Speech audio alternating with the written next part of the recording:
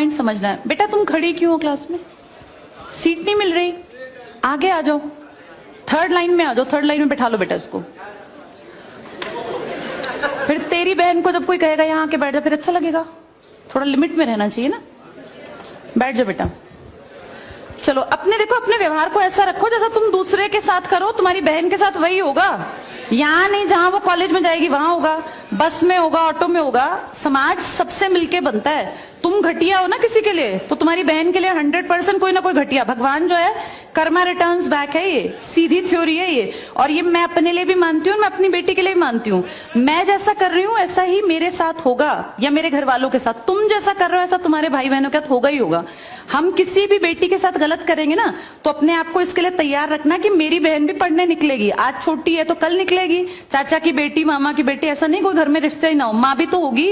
जैसा तुम कर रहे हो ऐसा तुम्हारी माँ के साथ जरूर घटित हुआ होगा। अब तुम कर रहे हो, बड़े अच्छे कई एड्स हैं, उसमें एक जवान लड़का ना सीटी बजा रहा होता है, तो उसकी माँ, देखा तुम लोगों ने वो, उसकी माँ कहती है बेटा मत कर, तुम्हारी उम्र का था वो लड़का। उसकी माँ लगा लो मेरी एज की मुझसे 2-4 साल बड़ी होगी, क्योंकि जो बच्चे 20 के हैं उनके माँ 40-45, उनकी माँ 45 साल तक की होती है।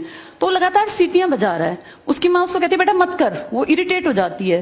तो फील करता है कि मेरी माँ ऐसा क्यों, मतलब क्यों चिढ़ रही है सीटी बजाने से, घर में बैठ के बजा रहा था सीटी। तो उसकी माँ को याद आता है कि जब मैं रोज बस स्टॉप पे जाती हूँ, 45 साल की अधेड़ उम्र की एक औरत, एक घटिया लड़का, मतलब ऐसे नहीं होते बिल्कुल ही घटिया जिनकी परवरिश हो, वो रोज उसको परेशान करता है, उस 45 साल की औरत को।